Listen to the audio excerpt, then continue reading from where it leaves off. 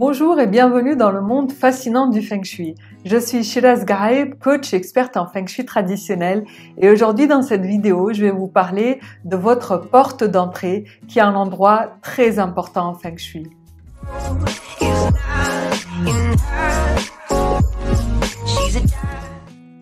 Et pourquoi est-ce qu'il est si important ? Tout simplement parce que le Qi, cette énergie qui circule et qui est étudiée par la discipline du Feng Shui, eh bien le Qi se repose là-bas avant d'entrer à l'intérieur de chez vous. Et devant la porte d'entrée devient alors un endroit très important. Et vous, qu'est-ce que vous avez devant votre porte d'entrée de maison ou d'immeuble ? Est-ce qu'il y a un espace dégagé ou bien est-ce qu'il y a une route très passante ? Ce qui va être devant chez vous va être très déterminant pour les énergies qui entrent chez vous. Et cet endroit qui est devant la porte d'entrée de l'immeuble ou de la maison s'appelle en Feng Shui le Mingtang. Le Mingtang est cet espace dégagé dans lequel le Qi va s'accumuler avant d'entrer à l'intérieur de votre maison. Et si cet espace est dégagé et qu'il y a par exemple un jardin devant la porte de l'immeuble ou de la maison, alors c'est très favorable pour l'ensemble des habitants. Et si par contre il y a une route très passante qui est juste devant la porte d'entrée de l'immeuble ou de la maison, alors celle-ci risque de balayer les opportunités. Dans le cas où une route arrive directement vers la porte d'entrée de votre maison ou de l'immeuble dans lequel vous habitez, cela peut être très néfaste. C'est appelé en Feng Shui un shashi. Le shashi est comme une espèce de flèche empoisonnée qui arrive jusqu'à nous et qui va, rendre défavorable le Qi qui va entrer à l'intérieur de chez nous. Et dans le cas où votre Mingtang est néfaste, comme par exemple par une route très passante devant ou qui arrive directement devant jusqu'à la porte d'entrée, eh bien, je vous conseille de mettre un maximum de plantes et d'arbres et de végétation devant la porte d'entrée de la maison ou de l'immeuble pour protéger et pour amortir le Qi et qu'il soit de meilleure qualité possible en entrant chez vous. Et là, vous avez quelques exemples. Donc, sur cette photo, vous voyez une maison avec un Mingtang favorable, le jardin, une allée sinueuse. C'est vraiment idéal pour le Mingtang de la maison. Et puis, vous avez également cette maison-ci qui n'a pas de Mingtang. Il y a une route passante ou pas, on ne le voit pas bien sur la photo. Toutefois, il y a une route qui est là et qui empêche le Qi de se reposer correctement avant d'entrer à l'intérieur de la maison. Et dans cette autre photo, vous avez un immeuble qui est directement sur la route et là, les opportunités d'évolution peuvent être balayées par la route. Et sachez qu'il existe également le Mingtang intérieur. C'est le hall d'entrée. Pour certains appartements ou certaines maisons, il est possible qu'il n'existe pas de hall d'entrée et que dès qu'on ouvre la porte, eh bien, on se retrouve dans un couloir étriqué ou alors directement dans une pièce ou dans la cuisine par exemple. Eh bien, le Mingtang idéal serait un hall bien ouvert, aéré, un bel espace dégagé dans lequel le Qi va pouvoir se reposer avant de commencer à circuler à l'intérieur de la maison. Regardez par exemple sur cette image, vous avez le hall d'entrée d'un grand hôtel. Eh bien, c'est un Mingtang qui est favorable. Ou alors ici, c'est l'entrée d'une entreprise, vous y voyez également un Mingtang favorable. Et il arrive des fois que nous passions par notre garage pour accéder à la maison. Eh bien, à ce moment-là, il faut regarder le Mingtang qui va correspondre à l'espace devant la porte qui est communicante entre le garage et la maison. Si le garage est trop sombre, eh bien l'énergie va être peut-être trop yin.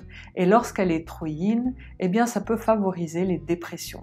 Et si c'est le cas pour vous, je vous invite à rajouter des éclairages dans le garage pour qu'il y ait beaucoup de lumière qui va yangiser l'énergie de la pièce. Ensuite, je vous invite à faire le trajet du Qi comme si c'était vous.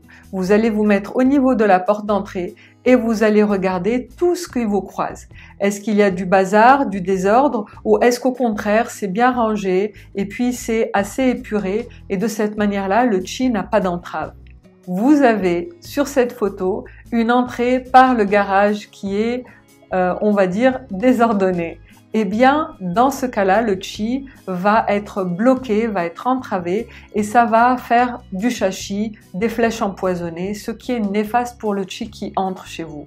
Alors, prêtez attention à l'ordre chez vous et surtout au niveau de l'entrée de chez vous parce que le qi qui entre va être affecté par la qualité de ce qui va se trouver dans le hall d'entrée.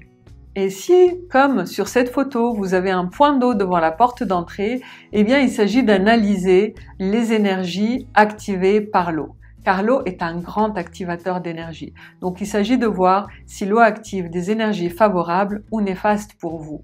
Ça peut être une fontaine et ça peut être également un lac ou la mer aussi. Ce qu'il faut savoir, c'est que l'eau extérieure active plusieurs types d'énergie. Les énergies individuelles, comme celles que vous connaissez, Shengxi, Tianyi, Yanyan, Fue, etc. Ou encore des étoiles volantes qui sont encore un autre type d'énergie. Et l'eau extérieure active également des énergies qui s'appellent les Tanlang. Donc le mix de toutes ces énergies-là va nous permettre de déterminer si l'eau est favorable ou néfaste. Et sachez également que la route, par sa forme et par ses directions, apporte une énergie particulière aux habitants de la maison ou de l'immeuble. Alors dans cette vidéo, vous avez appris à améliorer votre Mingtang extérieur et intérieur. Donc si je récapitule, pour le Mingtang extérieur, l'idéal est d'avoir un espace dégagé devant la porte d'entrée. Sinon, vous allez mettre un maximum de plantes au niveau de la porte d'entrée pour améliorer le qi qui entre. Et pour le Mingtang intérieur, vous allez prêter attention à l'ordre qui y règne pour que le qi soit de la meilleure qualité possible avant de commencer à circuler à l'intérieur de chez vous. Et si vous souhaitez en savoir plus sur les énergies de votre logement, il est possible de faire appel à moi pour une expertise Feng Shui et je vous expliquerai tous les détails. Il suffit de m'envoyer votre demande par email à shirazgaib@gmail.com. Une expertise Feng Shui se déroule selon les étapes suivantes. Première étape, je discute avec vous pour comprendre pourquoi vous souhaitez faire cette démarche et quels sont vos objectifs.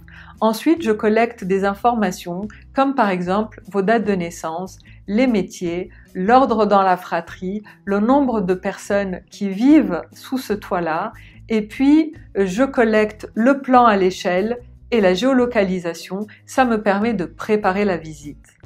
La deuxième étape est une visite sur place pour prendre tous les relevés et toutes les mesures de direction pour ressentir les énergies du lieu et ensuite pour inspecter l'environnement de la maison ou de l'immeuble et enfin connaître toutes les énergies de votre logement. Et la troisième étape, je vous remets un rapport qui contient toutes les énergies de votre logement, un bilan et une évaluation du potentiel Feng Shui de chez vous, puis les recommandations pour optimiser le Feng Shui de votre logement. Si vous avez aimé cette vidéo, n'hésitez pas à la liker et à la partager avec vos amis. Et si vous souhaitez recevoir mes vidéos directement dès qu'elles sont publiées, abonnez-vous à ma chaîne YouTube en cliquant sur le lien en bas à droite de la vidéo. Je vous remercie, je vous dis un grand merci et je vous dis à très bientôt. Bye!